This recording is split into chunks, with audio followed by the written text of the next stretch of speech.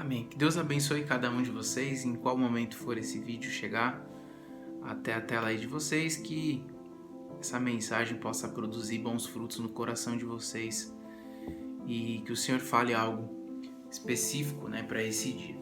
O nosso estudo de hoje vai de 2 Crônicas 14 até o capítulo 16 e o personagem principal desse estudo é Asa, um governante. Algumas versões, alguns textos vão mencioná-lo como Asaf, e o reinado dele, os feitos, os frutos que ele teve vai ser na verdade o tema central do nosso estudo de hoje, trazendo um pouco de quem foi esse cara. Já no capítulo 14 a gente vê que vai haver uma transição de Abias para Asa, que é o seu filho, o sucessor ali no reino de Judá. O reino dele foi um bom reino, um reino que durou ali cerca de 41 anos, houve muita prosperidade, houve paz durante o seu reinado. Independente de tudo isso, eu acho que uma das coisas mais marcantes durante o seu período de governo foi uma das suas atitudes, foi a de destruir os altares idólatras e orientar o povo a buscar o Senhor, orientar o povo a voltar a enxergar, a voltar a ter aliança com Deus, algo que foi se perdendo desde o governo de Roboão e na divisão do povo de Israel. Então, é interessante a gente ver que com tudo isso, o início do seu governo, o início da sua jornada ali com o Senhor, fica evidente a atuação muito forte do Espírito Santo, da presença de Deus no seu governo, no seu reinado. Quando, por exemplo, o capítulo 14 vai nos mostrar uma batalha, uma grande vitória que ele passa, o povo etíope, o rei etíope Zerá, ele marcha contra Judá com mais ou menos ali 1 milhão de soldados. A Bíblia fala ali de 300 carros de guerra, então dá para você ter uma ideia de quão forte era a investida daquele rei contra Judá. Asa, ele clama a Deus e o Senhor lhe dá a vitória. A palavra de Deus diz assim que no versículo 11 ele diz o seguinte: Senhor, não há ninguém como tu para ajudar os fracos contra os poderosos. Ajuda-nos, ó Senhor, o nosso Deus, pois em ti pomos a nossa confiança e em teu nome viemos contra este imenso exército. Ó Senhor, tu és o nosso Deus, não deixes o homem prevalecer contra ti. Então, ele clama ao Senhor pela necessidade da sua batalha, ele clama a Deus, ele coloca ali o coração dele prostrado diante de Deus para alcançar as batalhas e para conduzir o povo. Ele destrói os altares idólatras, ele destrói tudo aquilo que levava o povo a se afastar de Deus.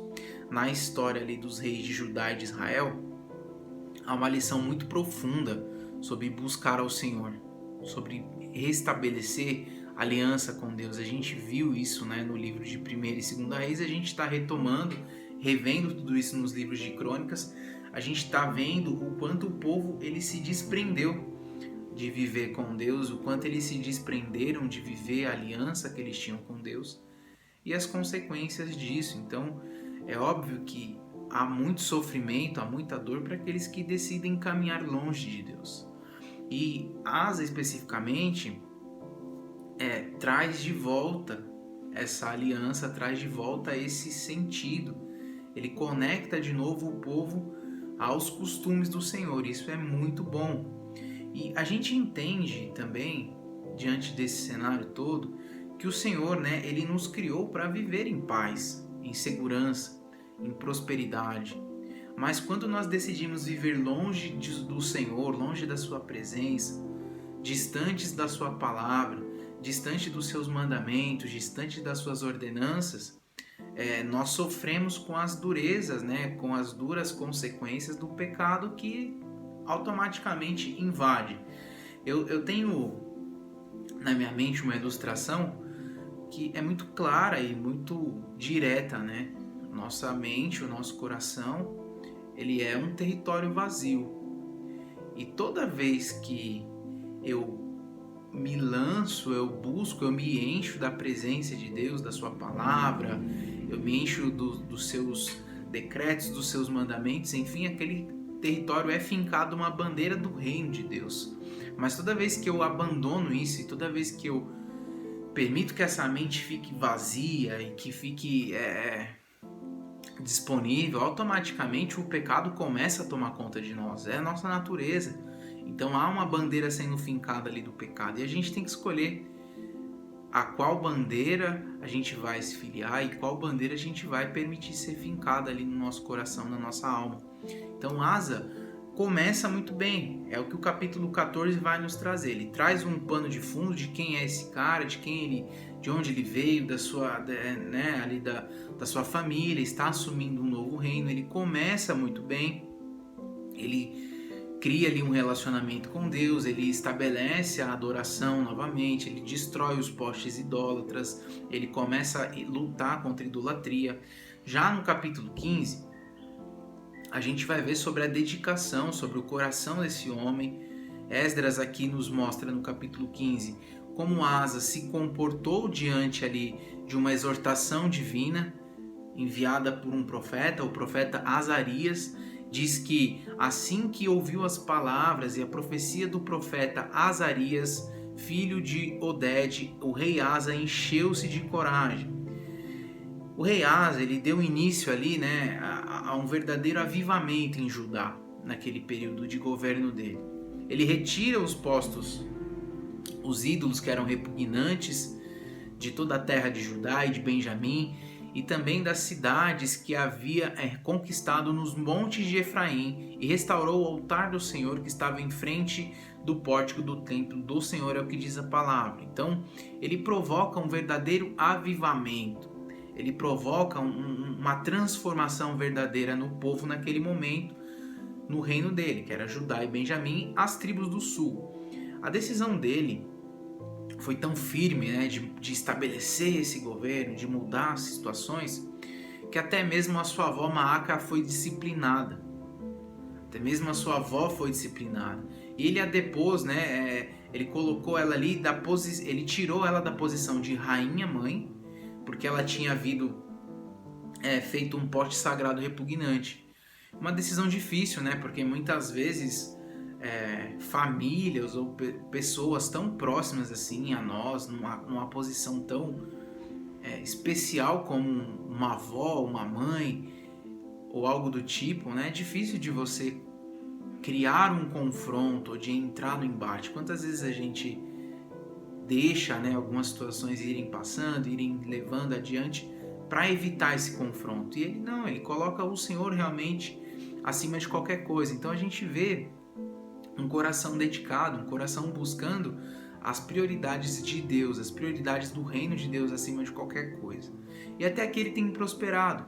Isso, ver esse coração dedicado, ver esse olhar voltado principalmente para o reino e para as coisas de Deus, nos inspira a ouvir o Senhor e agir da forma de maneira enérgica, de maneira verdadeira, de uma maneira forte contra o pecado, contra aquilo que nos leva a pecar, contra aquilo que desagrada ao Senhor em nossas vidas, sem poupar nem mesmo aqui as pessoas que a gente ama, se for necessário.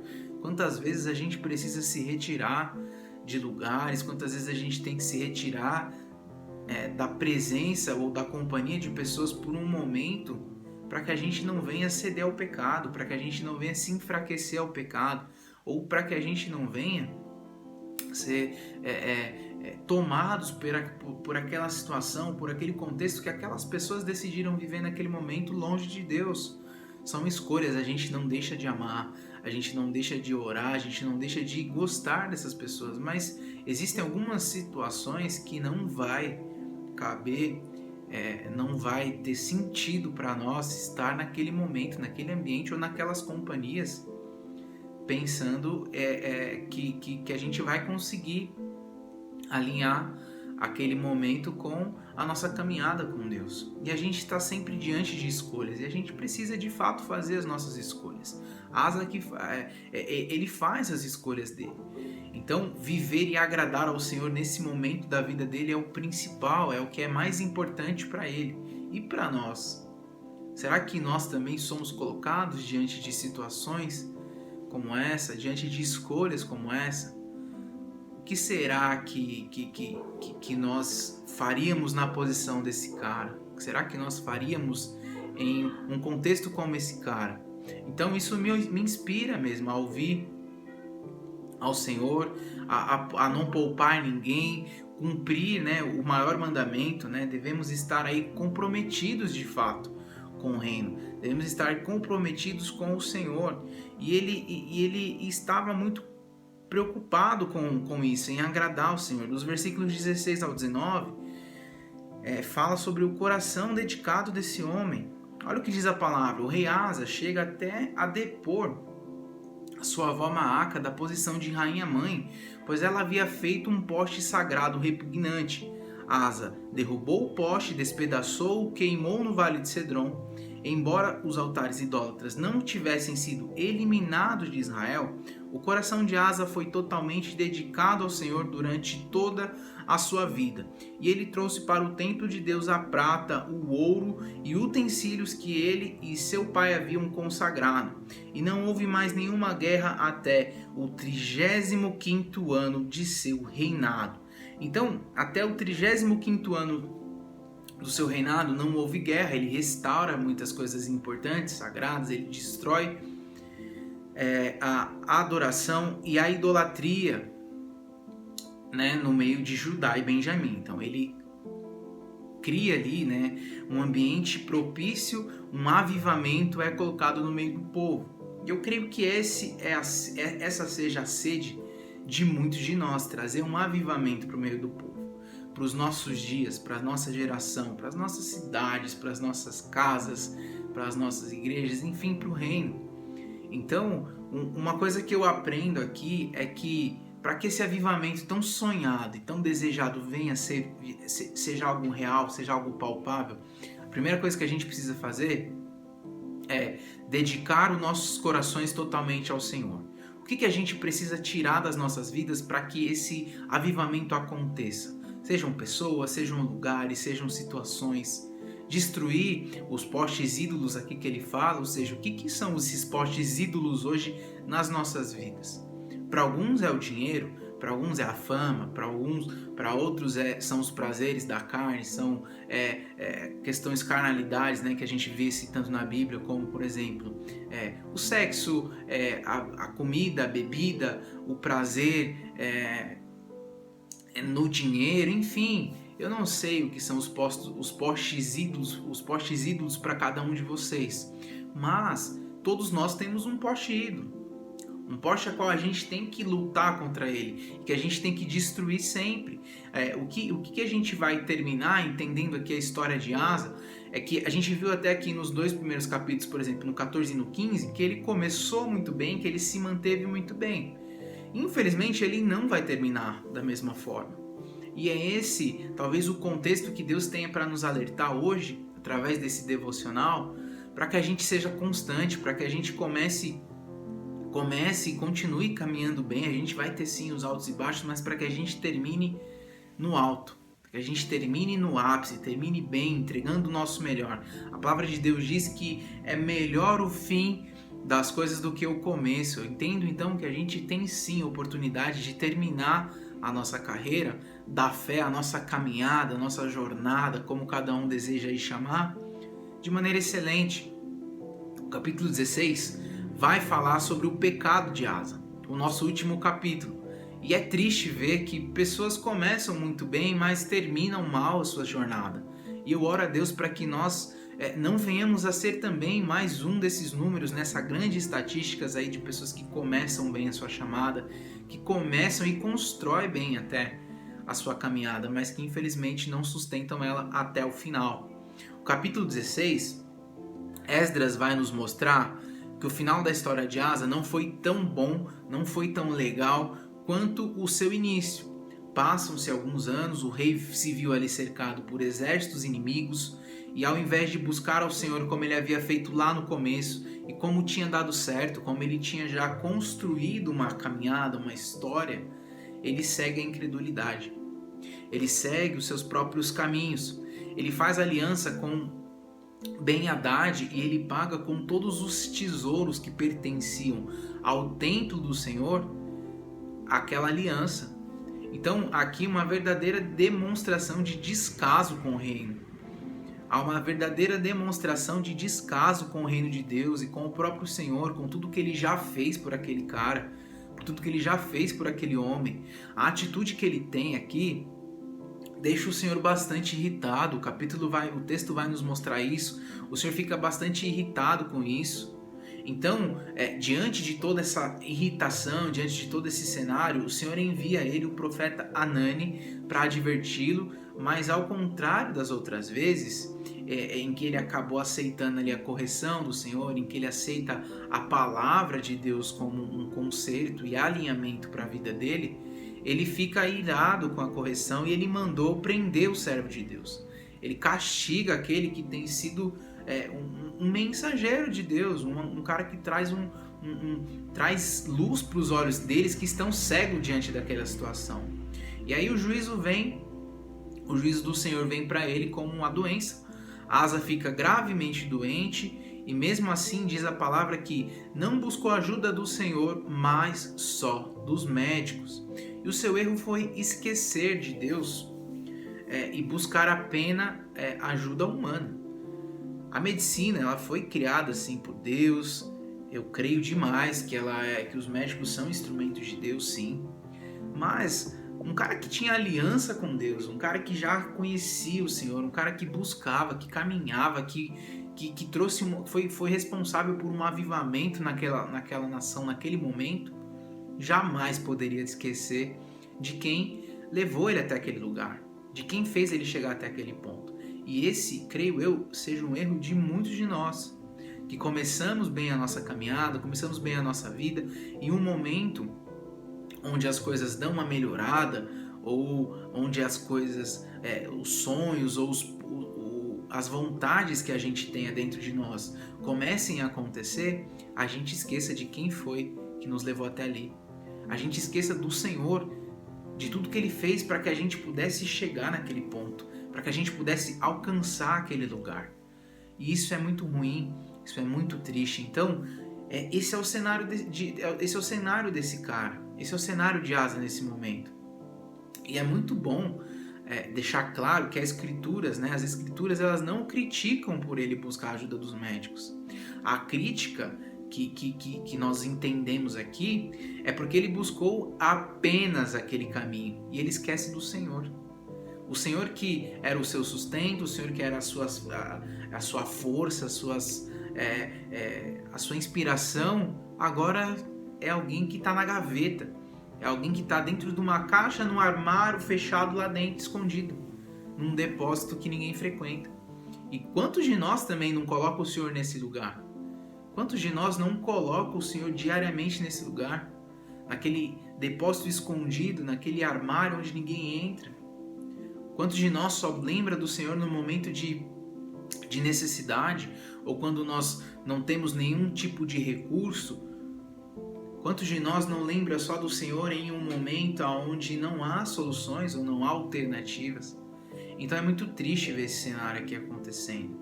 E infelizmente é o cenário de muitas pessoas.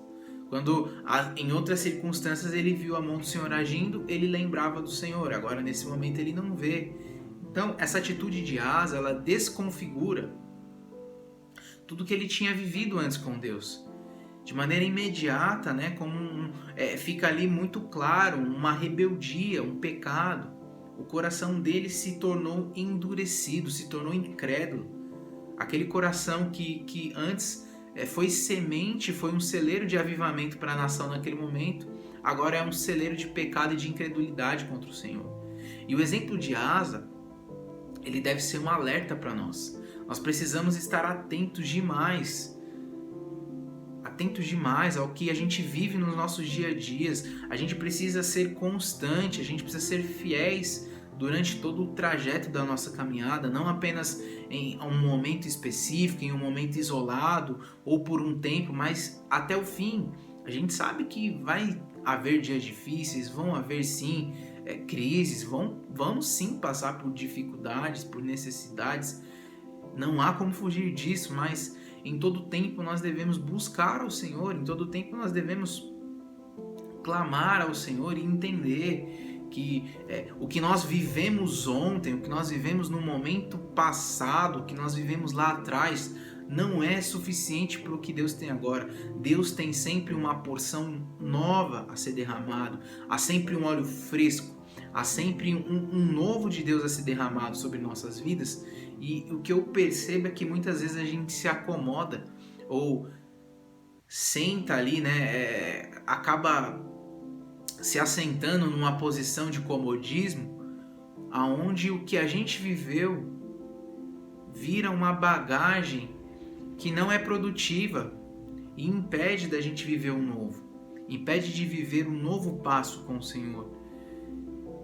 41 anos de reinado, por 35 anos esse cara foi bênção, foi fiel, estabeleceu um avivamento em Judá, em Benjamim, foi talvez um dos últimos reis ali que fez o que era agradável ao Senhor. Mas infelizmente, por ter alcançado um status ali de vitórias, por ter alcançado um status de prosperidade, ele acaba ali acreditando que poderia viver sem Deus.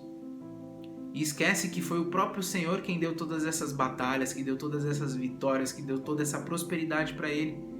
Então, em nome de Jesus, que o Espírito Santo hoje nos ajude, nos ensine, nos transforme, nos mostre, nos molde, nos sonde, a ponto de que a gente entenda, identifique nas nossas vidas quais são esses postes, né? Quais são esses postes ídolos que a gente precisa destruir diariamente para que a gente não caia nesse mesmo erro aqui de Asa, de no momento específico, ou sei lá qual é a situação de cada um, mas que a gente não venha se esquecer de quem é o nosso Deus, do que o Senhor já fez até aqui por nós. Que a gente não esqueça que o que a gente tem, o que a gente vive, o que nós somos até aqui é porque o Senhor tem nos ajudado. O Senhor tem nos sustentado, tem nos mantido vivos, tem mantido de pé. E que a gente não, em momento algum, esqueça do Senhor. Assim como Asa esqueceu, infelizmente, começou muito bem, se manteve melhor ainda, mas teve um declínio grande na sua caminhada. Que em nome de Jesus a nossa caminhada ela sim se construa, né? Ela seja constituída e termine em um grau elevado de excelência e de adoração e fidelidade ao Senhor. Amém? Deus abençoe o dia de vocês, me ajude a alcançar outras vidas com esses vídeos, me ajude a alcançar outras vidas com essas mensagens, em nome de Jesus. Que Deus abençoe demais o dia de vocês, vocês fiquem na paz e com o amor de Cristo.